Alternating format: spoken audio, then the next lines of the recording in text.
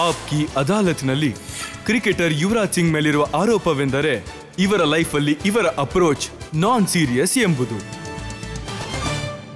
ಯುವರಾಜ್, ಹೇಳೋದಕ್ಕೆ ನನಗೂ ಕೂಡ ಈ ವಿಚಾರ ಅಷ್ಟು ಇಷ್ಟ ಆಗ್ತಿಲ್ಲ, ಆದರೆ ಈ ಮಾತು ನಿಜನಾ? ನೀವು ಓದೋ ಬರೆಯೋ ವಿಚಾರದಲ್ಲಿ ದಡ್ಡರಾಗಿದ್ರಂತೆ, ಝೀರೋ ಆಗಿದ್ರಂತೆ. ಹೌದು, ಖಂಡಿತ. ಇವಾಗ LKG UKG ಕರೆಕ್ಟಾಗಿದ್ದ ಏನು ಓದೋದು ಇರ್ತಾ ಇರಲಿಲ್ಲ. ಆದರೆ 6th 7th ಹೋದಾಗ ಓದೋದ್ರ ಮೇಲೆ ಇಂಟ್ರೆಸ್ಟ್ ಹೊಟ್ಟೋಗಿತ್ತು. ಮತ್ತೆ ಪೂರ್ತಿ ಫೋಕಸ್ ಗೇಮಲ್ಲಿತ್ತು, ಹಾಗಾಗಿ ಓದೋಕ್ಕಾಗಲಿಲ್ಲ ನನ್ನ ಕೈಯಲ್ಲಿ. ಮತ್ತೆ ಗೇಮ್ಗಿಂತ ಹೆಚ್ಚಾಗಿ ನಿಮ್ಮ ಗಮನ ಸಿನಿಮಾಗಳ ಮೇಲಿತ್ತಂತೆ, ಮತ್ತೆ ನೀವು ಆಕ್ಟರ್ ಆಗೋ ಪ್ರಯತ್ನ ಕೂಡ ಮಾಡಿದ್ರಂತೆ. ನಮ್ಮ ತಂದೆ ತುಂಬ ಪಂಜಾಬಿ ಫಿಲ್ಮಲ್ಲಿ ಆ್ಯಕ್ಟ್ ಮಾಡಿದ್ರಿಂದ ನಾನು ಅವ್ರನ್ನ ಇಮಿಟೇಟ್ ಮಾಡೋಕ್ಕೆ ಟ್ರೈ ಮಾಡ್ತಾ ಇದ್ದೆ. ಮತ್ತೆ ಎಷ್ಟೊಂದು ಜನ ಸ್ಟಾರ್ಸ್ ಇದ್ರು ಆ ಟೈಮಲ್ಲಿ. ಅಮಿತಾಬ್ ಬಚ್ಚನ್ನ ತುಂಬ ನೋಡ್ತಾ ಇದ್ವಿ, ಸೊ ನಾನು ಕೂಡ ಟ್ರೈ ಮಾಡ್ತಾ ಇದ್ದೆ. ಆದರೆ ಯಾವುದು ವರ್ಕೌಟ್ ಆಗಲಿಲ್ಲ. ಬಹುಶಃ ಜನಗಳು ನೋಡಿಲ್ಲ ಅಂತ ಅನ್ಸುತ್ತೆ ನೀವು ಪಂಜಾಬಿ ಸಿನಿಮಾಗಳಲ್ಲಿ ಹೇಗೆ ಆಕ್ಟ್ ಮಾಡಿದ್ರಿ ಅಂತ. ಅದರ ಒಂದು ದೃಶ್ಯವನ್ನ ನಾನು ಆಪ್ಕಿ ಅದಾಲತ್ನಲ್ಲಿ ಜನತೆಗೆ ತೋರಿಸ್ಬೇಕು. ಬೇಡ, ನೋಡದೇ ಇದ್ರೆ ಚೆನ್ನಾಗಿತ್ತು. ನೀವು ನೋಡಿದ್ರೆ ಡಿಸೈಡ್ ಮಾಡ್ಬಿಟ್ಟಿದ್ದೀರಾ, ಜನ ಬೇರೆ ನೋಡ್ಬೇಕು ಅಂತ ಇದ್ದಾರೆ. ಯುವರಾಜ್ ಸಿಂಗ್ ಅವರು ಪಂಜಾಬಿ ಸಿನಿಮಾದಲ್ಲಿ ಆಕ್ಟ್ ಮಾಡಬೇಕಾದ್ರೆ ಅವರು ಹೇಗೆ ಆಕ್ಟ್ ಮಾಡಿದ್ರು ಅನ್ನೋದ್ರ ಒಂದು ಕ್ಲಿಪ್ಪಿಂಗ್ ನೋಡೋಣ. ಬನ್ನಿ ನೋಡೋಣ, ಹಳೇ ಕ್ಲಿಪ್ಪಿಂಗ್. ಒಂದು ಮಗುನ ಉಳಿಸುವಂತ ಒಳ್ಳೆ ಕೆಲಸ ಮಾಡಿದ್ದಾರೆ.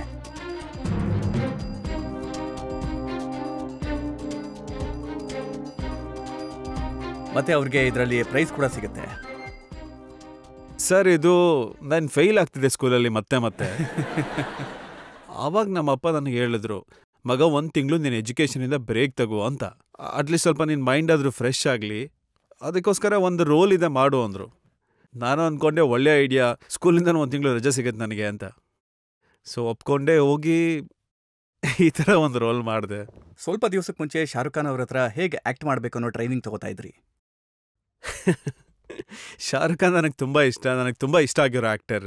ಅವ್ರ ಜೊತೆ ಯಾವಾಗ ಮಾತಾಡೋದು ತುಂಬ ಖುಷಿ ಇರುತ್ತೆ, ತುಂಬ ಮಜಾ ಬರುತ್ತೆ. ಮತ್ತು ಸ್ಟೇಜ್ ಮೇಲೆ ಸುಮಾರು ಸರಿ ಅವ್ರ ಜೊತೆ ಮಸ್ತಿ ಮಾಡಿರ್ತೀವಿ.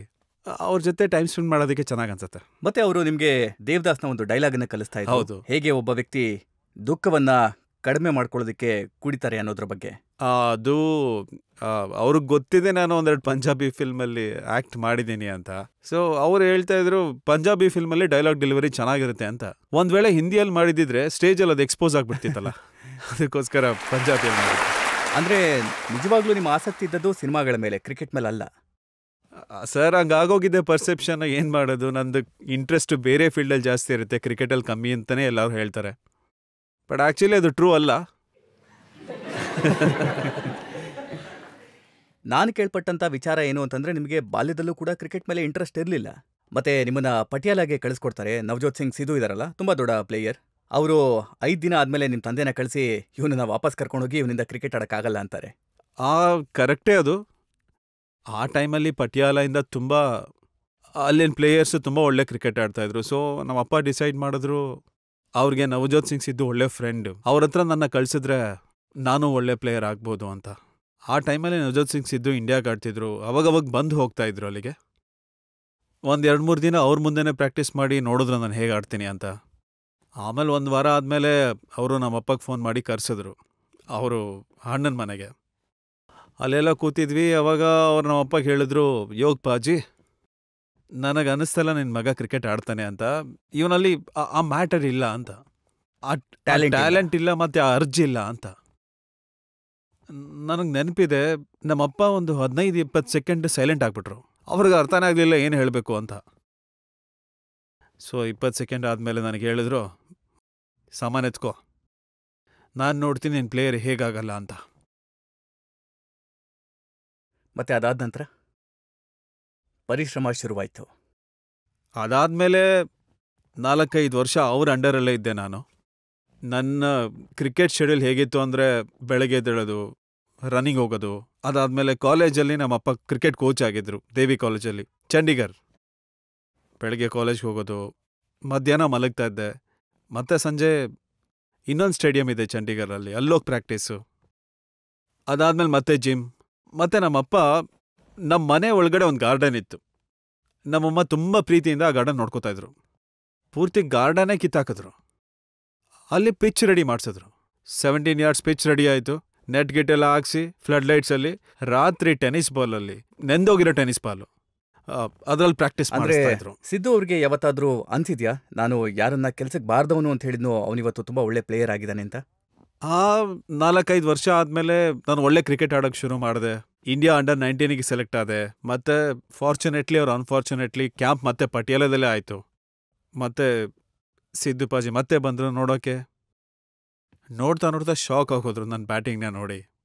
ನನಗೆ ನೆನಪಿದೆ, ಅವರು ನಮ್ಮ ಅಪ್ಪಗೆ ಫೋನ್ ಮಾಡಿ, ನನ್ನಿಂದ ತಪ್ಪಾಯಿತು, ನಿಮ್ಮ ಮಗನ ಹತ್ರ ತುಂಬ ಟ್ಯಾಲೆಂಟ್ ಇದೆ. ನಾವು ನಿಮ್ಮ ಆಕ್ಟಿಂಗ್ನ ಕ್ಲಿಪ್ಪಿಂಗ್ ಕೂಡ ನೋಡಿದ್ವಿ, ಮತ್ತೆ ನಿಮ್ಮ ಕ್ರಿಕೆಟ್ನಲ್ಲಿ 6 ಸಿಕ್ಸ್ ಹೊಡೆದದ್ದನ್ನು ಕೂಡ ನೋಡಿದ್ವಿ. ಅದು ಎಂಥ ಚಿತ್ರ ಅಂತಂದ್ರೆ ಪ್ರತಿಯೊಬ್ಬ ಭಾರತೀಯನ ಮನಸ್ಸಲ್ಲೂ ಇದೆ. ಅದು ಸೀರಿಯಸ್ ಆಗಿ ನೀವು 6 ಹೊಡಿಬೇಕು ಅಂತ ಹೊಡೆದಿದ್ದ, ಅಥವಾ ಇವತ್ತೇನಾದ್ರೂ ಒಂದು ಸ್ವಲ್ಪ ಆಕ್ಟಿಂಗ್ ಮಾಡಿ ತೋರ್ಸೋಣ ಅಂತ ಮಾಡಿದ್ದ ನೀವು ಅವತ್ತು? ಸರ್, ಆ ಥರ ಆ್ಯಕ್ಟಿಂಗ್ ಮಾಡೋಕ್ಕಾದ್ರೆ ಪ್ರತಿ ಮ್ಯಾಚಲ್ಲೂ ಮಾಡಿಬಿಡ್ತಿದ್ದೆ. ಆದರೆ ಆ ಟೈಮಲ್ಲಿ ಯುನೋ ಆ ಮ್ಯಾಚ್ ಗೆಲ್ಲೋದು ನಮಗೆ ತುಂಬ ಇಂಪಾರ್ಟೆಂಟ್ ಇತ್ತು. ಮತ್ತು ಅದಕ್ಕೆ ಮುಂಚೆ 2 ಮ್ಯಾಚಲ್ಲಿ ನನ್ನ ಪರ್ಫಾರ್ಮೆನ್ಸ್ ಅಷ್ಟು ಚೆನ್ನಾಗಿರಲಿಲ್ಲ. ಲಾಸ್ಟಲ್ಲಿ 1-2 ಓವರ್ ಮಿಕ್ಕಿತ್ತು.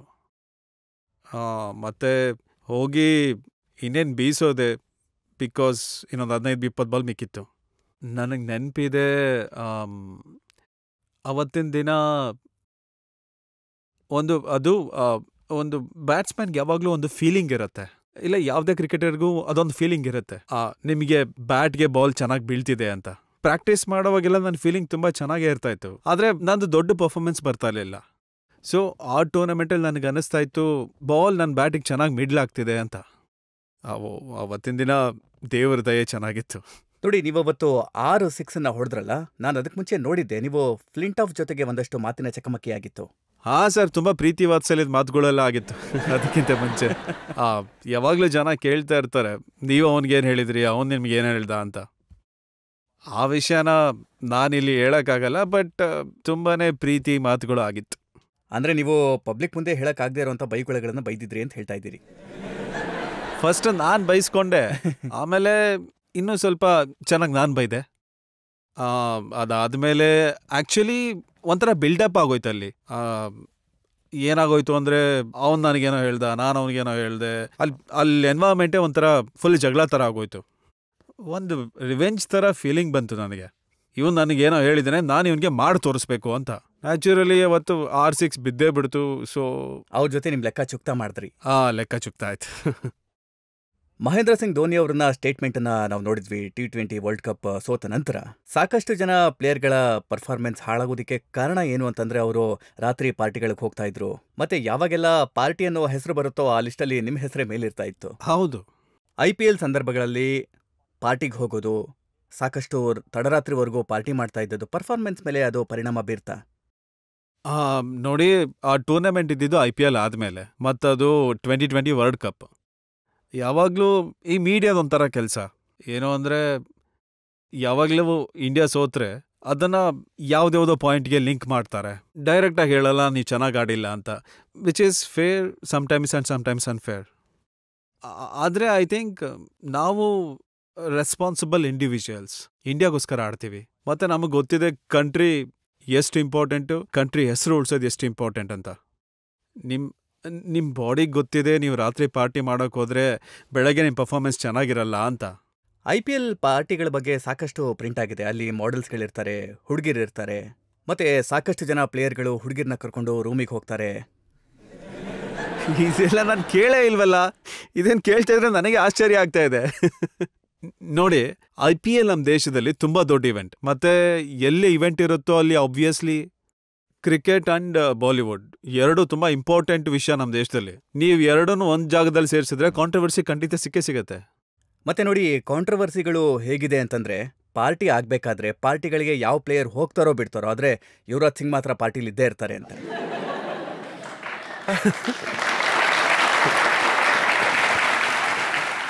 ನೋಡಿ, ಈಗ ಚೆನ್ನೈ ಮುಂಬೈ ಮ್ಯಾಚು ಮುಂಬೈಯಲ್ಲಿ ಆಗ್ತಿದ್ರೆ ನಾನು ಆ ಪಾರ್ಟಿಗಂತೂ ಹೋಗೋಕ್ಕಾಗೋದೇ ಇಲ್ಲ ಅಲ್ವಾ, ಬಿಕಾಸ್ ನಾನು ಪಂಜಾಬಲ್ಲಿ ಇರ್ತೀನಿ ತಾನೆ. ಸೊ ಐ ಥಿಂಕ್ ಈ ಅಲಿಗೇಷನ್ಸ್ ಎಲ್ಲ ಖಂಡಿತ ಸುಳ್ಳು.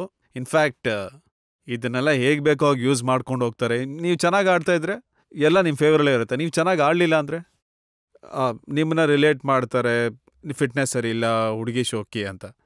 So I think that's unfair. ನೋಡಿ, ಅದಕ್ಕೆ ನೀವು ಪಬ್ಲಿಕ್ಕಿಗೆ ನಿಜ ಏನು ಅಂತ ಹೇಳ್ಬಿಡ್ಬೇಕು. ನಿಜ ನಾನು ಡಿನೈ ಮಾಡ್ತಿಲ್ಲ ನಾನು ಹೋಗೋದೇ ಇಲ್ಲ ಅಂತ. ಆದರೆ 10 ವರ್ಷದ ನನ್ನ ಕರಿಯರಲ್ಲಿ ನಾನು ಮ್ಯಾಚ್ಗೆ ಮುಂಚೆ ಯಾವತ್ತೂ ಹೋಗಿಲ್ಲ. ಮತ್ತು ನಾನು ಹೇಗೆ ಅಂದರೆ ನನಗೆ ಪಾರ್ಟಿ ಮಾಡೋದು ತುಂಬಾ ಇಷ್ಟ. ತುಂಬ ಪ್ಲೇಯರ್ಸ್ ಇದ್ದಾರೆ ಪಾರ್ಟಿ ಮಾಡೋಕ್ಕೆ ಇಷ್ಟಪಡೋರು. ನೋಡಿ, ಸಾಕಷ್ಟು ಜನರ ಒಂದು ಇಮೇಜ್ ಆಗ್ಬಿಡುತ್ತೆ. ಆ ಸಮಯದಲ್ಲಿ ಇಮ್ರಾನ್ ಖಾನ್ ಅವರು ಪಾಕಿಸ್ತಾನದ ಕ್ಯಾಪ್ಟನ್ ಆಗಿದ್ರು. ಮತ್ತೆ ಅವರು ಸಾಕಷ್ಟು ಅದ್ಭುತವಾದಂತಹ ಪ್ಲೇಯರ್ ಆಗಿದ್ರು, ಬೌಲರ್ ಆಗಿದ್ರು, ಬ್ಯಾಟ್ಸ್ಮನ್ ಆಗಿದ್ರು. ಮತ್ತೆ ಅವರು ತುಂಬಾ ಒಳ್ಳೆ ಗುಡ್ ಲುಕಿಂಗ್ ಆಗಿದ್ರು ನಿಮ್ಮ ಹಾಗೆ. Thank you. ಮತ್ತೆ ಅವರ ಟೀ ಶರ್ಟ್ ಮೇಲೆ ಬರೆದಿರ್ತಾ ಇತ್ತು, big boys play at night. ನನಗನ್ಸುತ್ತೆ ಆ ಟೀ ಶರ್ಟು ನಿಮ್ಮ ಕೈಗೆ ಬರಬೇಕಾಗಿತ್ತು ಅಂತ.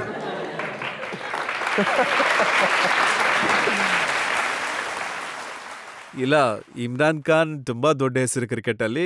ಈ ಟೀ ಶರ್ಟ್ ಅವ್ರು ಹಾಕೊಂಡ್ರೆ ಚೆನ್ನಾಗಿರುತ್ತೆ. I think big boys have to play a day ಗ್ರೌಂಡಲ್ಲಿ. Only then they can play at night. ಮತ್ತೆ ನೋಡಿ, ಯಾವೆಲ್ಲ ಬಿಗ್ ಬಾಯ್ಸ್ ಡೇನಲ್ಲಿ ಆಟ ಆಡ್ತಾರೆ ಮತ್ತೆ ಸೋಲ್ತಾರಲ್ಲ, ಅವರು ರಾತ್ರಿ ಪಬ್ಬಿಗೆ ಹೋಗಿ ಅಲ್ಲಿ ಜನಗಳ ಜೊತೆ ಜಗಳ ಮಾಡ್ತಾರೆ. ಮತ್ತೊಂದು false allegation, because out of proportion ಮಾತಾಗಿತ್ತು. ನಾವು ವೆಸ್ಟ್ ಇಂಡೀಸಲ್ಲಿ ಆಡಬೇಕಾದ್ರೆ ಅದಕ್ಕೆ ಅಪ್ಪಬ್ರೋಲ್ ಅಂತೀವಿ. ಸೊ ಮತ್ತೊಂದು ಸೈಂಟ್ ಲೂಸಿಯನಲ್ಲಿ ನಾವು ಆ ಟೂರ್ನಮೆಂಟ್ ಚೆನ್ನಾಗಿ ಆಡಿರಲಿಲ್ಲ. ಮತ್ತು ಅವತ್ತಿನ ದಿನ ಏನಾಯಿತು ಅಂದರೆ, ನಾವು ಸಂಜೆ ಆಸ್ಟ್ರೇಲಿಯಾ ಪಾಕಿಸ್ತಾನ್ ಮ್ಯಾಚ್ ಇತ್ತು, ಯಾವುದೋ ಇತ್ತು, ನಾವು ಅದನ್ನು ನೋಡಬೇಕಿತ್ತು. ಮತ್ತು ನಮ್ಮ ಹೋಟೆಲ್ ರೂಮಲ್ಲಿ ಆ ಮ್ಯಾಚ್ ಬರ್ತಾ ಇರಲಿಲ್ಲ. ಸೊ ನಾವೆಲ್ಲ ಅಲ್ಲೆಲ್ಲ ರೆಸ್ಟೋರೆಂಟ್ಸ್ ಆಗೇ ಇರುತ್ತೆ, ರೆಸ್ಟೋರೆಂಟ್ಸಲ್ಲಿ ಬಾರ್ ಇರುತ್ತೆ. So it's common. ಅಷ್ಟಕ್ಕೆ ಹೇಳ್ಬಿಟ್ರು ಅಲ್ಲಿ ಡಿಸ್ಕೋ ಇದೆ, ಅಲ್ಲಿ ಬಾರ್ ಇದೆ, 4 ಗಂಟೆವರೆಗೂ ಇದ್ರು. ಎಲ್ಲ ಫಾಲ್ಸ್ ಅಲಿಗೇಷನ್ಸ್. 9 ಗಂಟೆಗೆಲ್ಲ ನಾವು ಊಟ ಮಾಡ್ತಾ ಇದ್ವಿ. ಇನ್ನೊಂದು ಆಶ್ಚರ್ಯ ಅಂದರೆ, ಇಂಡಿಯಾ ಸೋತು ಹೋದ್ರೆ ಈ ಅಮೆರಿಕದವರೆಲ್ಲ ಮ್ಯಾಚ್ ನೋಡಕ್ಕೆ ಬಂದಿದ್ರು. ಅವ್ರಿಗೆ ಯಾಕೆ ದುಃಖ ಆಗಿತ್ತು ಮ್ಯಾಚ್ ಸೋತಿದ್ರಿಂದ? ಅವರು ಬಂದು ನಮ್ಮೊಬ್ಬ ಪ್ಲೇಯರ್ಗೆ ಏನೇನೋ ಅಂದರು. ನಮ್ಮ ರಿಯಾಕ್ಷನ್ ಕೂಡ ಅಷ್ಟೊಂದು ಸ್ಟ್ರಾಂಗ್ ಆಗಿಲ್ಲ, ನಾವೇನು ಹೊಡೆಯೋಕ್ಕೇನು ಹೋಗಿಲ್ಲ. ಸೊ ನಾವು ಅವ್ರಿಗೆ ಹೇಳಿದ್ವಿ, C please don't talk like this. ಮತ್ತು ನಾವು ಸೆಕ್ಯೂರಿಟಿ ಅವ್ರಿಗೆ ಹೇಳಿದ್ವಿ ಅವ್ರನ್ನಿಂದ ಕಳಿಸಿ ಅಂತ. ಮತ್ತು ರೆಸ್ಟೋರೆಂಟ್ ಅವರು ಅವರನ್ನು ಆಚೆ ಕಳಿಸಿದ್ರು. ನಾವು ಸೈಡಿಗೆ ಬಂದು ಊಟ ಮಾಡ್ತಾ ಇದ್ವಿ. ಇಷ್ಟೇ ನಡೆದಿತ್ತು. ಸಾಕಷ್ಟು ಒಳ್ಳೆ ವಿಚಾರಗಳು ನಡೆದ್ವು, ಆದರೂ ಕೂಡ ಬೋರ್ಡ್ ನಿಮಗೆ ನೋಟಿಸ್ ಕೊಟ್ರು. ಇವಾಗ ನೋಡಿ ಅಲ್ಲಿ ನೋಡೋಕೆ ಯಾರು ಇರಲಿಲ್ಲ. ಈಗ ಮೀಡಿಯಾ ಏನು ವಿಷಯನ ತೋರಿಸುತ್ತೋ ಅದನ್ನೇ ಎಲ್ಲರೂ ನಂಬ್ತಾರೆ ಅಲ್ವಾ.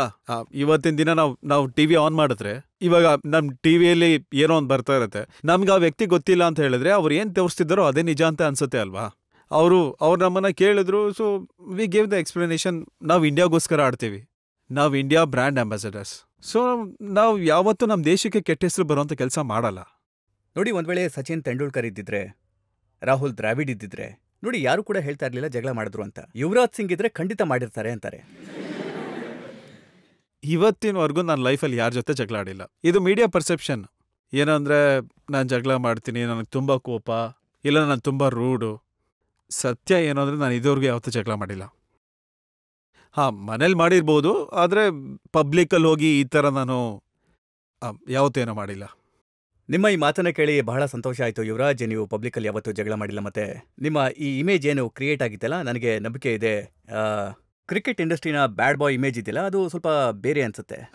ನಾನು ಅದೇ ಎಕ್ಸ್ಪೆಕ್ಟ್ ಮಾಡ್ತೀನಿ. ಆದರೆ ಅದಕ್ಕೋಸ್ಕರ ಏನಾದರೂ ಮಾಡಬೇಕಲ್ಲ ನೀವು? ಅದಕ್ಕೋಸ್ಕರ ಏನು ಮಾಡಬೇಕು ಅಂತ ನಾನು ಪ್ರಯತ್ನ ಪಡ್ತಾ ಇದ್ದೀನಿ 10 ವರ್ಷದಿಂದ. ನಿಮ್ಮ ಹತ್ರ ಯಾವ್ದಾದ್ರು ಐಡಿಯಾ ಇದ್ರೆ ನೀವೇ ನನಗೆ ಹೇಳಿ. ನಾವಿದನ್ನ ಪಬ್ಲಿಕ್ ಹತ್ರನೇ ಕೇಳೋಣ, ಅವ್ರ ಹತ್ರ ಏನಾದರೂ ಐಡಿಯಾ ಇದೆಯಾ ಅಂತ. ಯಾಕಂದ್ರೆ ಈ ಇಮೇಜ್ ಇದೆಯಲ್ಲ, ಅದು ಪಬ್ಲಿಕ್ನ ಮೈಂಡಲ್ಲಿ ಆಗುವಂಥದ್ದು. ಆದರೆ ನಾನು ಇನ್ನೊಂದು ವಿಷಯ ಹೇಳಬೇಕು ಅಂದ್ಕೊಂಡಿದ್ದೀನಿ. ನೀವೇನೇ ಬ್ಯಾಡ್ ಬಾಯ್ ಇಮೇಜ್ ಅನ್ನಿ, ಪಬ್ಲಿಕ್ ಇಮೇಜ್ ಅನ್ನಿ, ಮೀಡಿಯಾ ಇಮೇಜ್ ಅನ್ನಿ, ನನಗೆ ಇದುವರೆಗೂ ಯಾವುದೇ ಒಂದು ಮಗು ಆಗಲಿ, ಯಾವುದೇ ಒಬ್ಬ ಫ್ಯಾನ್ ಆಗಲಿ ಬಂದು ನನ್ನ ಹತ್ರ ಹೇಳಿಲ್ಲ, ನೀವು ಕ್ಲಬ್ಬಲ್ಲಿ ತುಂಬ ಚೆನ್ನಾಗಿ ಡ್ಯಾನ್ಸ್ ಮಾಡ್ತೀರಾ, ಇಲ್ಲ ನೀವು ರಾತ್ರಿ 2 ಗಂಟೆಗೆ ತುಂಬ ಫಾಸ್ಟಾಗಿ ಬೈಕ್ ಓಡಿಸ್ತೀರಾ. ನನಗೆ ಇದುವರೆಗೂ ಯಾವುದೇ ಮಗು ಸಿಕ್ಕಿರ್ಬೋದು, ಇಲ್ಲ ಯಾವುದೇ ಫ್ಯಾನ್ ಸಿಕ್ಕಿರ್ಬೋದು, ಅವ್ರು ಒಂದೇ ವಿಷಯ ಹೇಳ್ತಾರೆ, ನೀವು ತುಂಬ ಬ್ರಿಲಿಯಂಟ್ ಫೀಲ್ಡರ್, ತುಂಬ ಸೂಪರಾಗಿ ಸಿಕ್ಸ್ ಹೊಡಿತೀರಾ, ಮತ್ತು ನೀವು ನಮ್ಮ ಇಂಡಿಯಾದ ಸ್ಟಾರ್.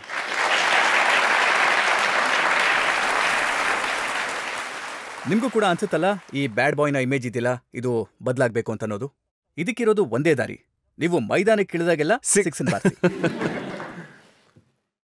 ಖಂಡಿತ ಪ್ರಯತ್ನ ಮಾಡ್ತೇನೆ.